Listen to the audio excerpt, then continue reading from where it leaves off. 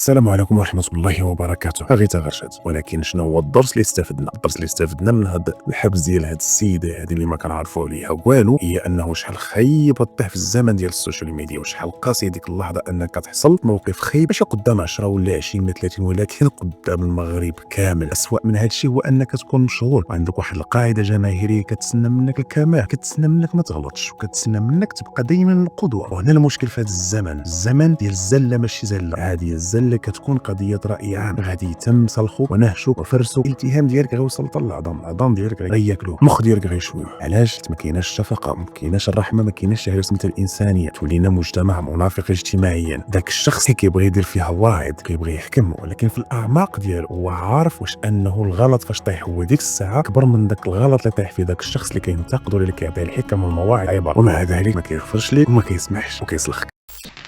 السؤال اللي خاصنا نطرح، علاش ولينا كنتسناو غير الزلات ديال الناس؟ علاش ولينا كنجلسوا في المقالات ولا في الفيديوهات غير باش نضحكوا على شي واحد طاح؟ بحال الا حياتنا الشخصيه خاويه والفرجه في الفضاء كتسد الخصاص اللي عندنا. فمثلا نشوفوا شنو وقع لتوع عصفور، بنت البلاد اجتماعيه كانت كتقدم محتوى هادي حياتها اليوميه، افكارها طموحاتها، ودخلت المجال ديال التمثيل بشويه بشويه. ملي طاحت في هذا الموقف هذا ولات ماده دسمه بالتهكم، الفيديوهات ديالها كيتعاودوا كيتنشروا بواحد الطريقه هستيريه، السخريه منها ومن صورها ولات غتولي ميمز. الناس كيتباراو شكون غادي يضحك، ماشي شكون غيضحك على المعاناه ديال هذه السيده اكثر. واللي اخطر كاين اللي دار من معاناتها تجاره. دابا قنوات غتكبر على ظهرها، والمقالات ولات غتجيب مشاهدات. واش ماشي عيب هذا الشيء؟ علاش ما بقيناش كنشوفوا الانسان اللي وصل الخطا؟ علاش الزله ديال داك الواحد كتولي لحظه ديال الانتقام جنائي؟ كنرحموش.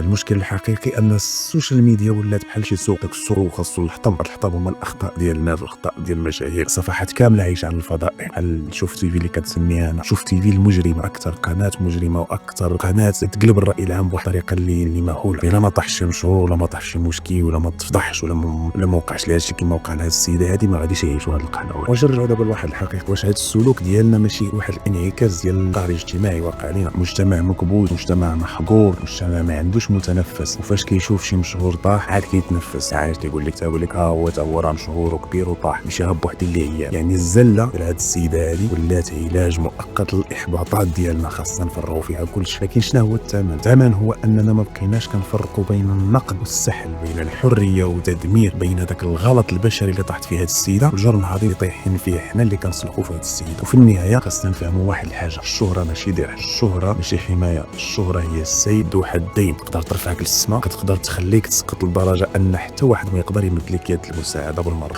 وللاسف هذا المجتمع ديالنا ملي كطيح بوحدك. فلهذا خاصنا نراجعوا راسنا في هذا السلوك، كنقتلوا روح التعاطف. كل واحد فينا معرض انه يغلط، واغلاط كثار من هذه، كل واحد معرض انه يطيح. ويمكن لحظه من اللحظات نكون انا او انت اي واحد اخر وسط هذه الحلبه المحاط باصوات كتضحك كتشمت كتسخر، ولكن اللي ما كنفكروش فيه هو من بعد هذا الترند ومن بعد هذا العدد ديال اللايكات والتعليقات الساخره كيبقى انسان، كيبقى واحد القلب دمرتي ليه حياته كيتاذى، وواحد الحياه كتدمر. نقدروا نضحكوا دقيقه ولكن هو غيعاني سنوات. نقدروا نكسبوا التفاعل ولكن هو يقدر يفقد الثقه في الدنيا كامل. المجتمع اللي ما غيرحمش خوه راه غادي يجي النهار وما يلقاش اللي راح. فاليوم غيتا غدا ممكن تكون انت. هادشي اللي كاين.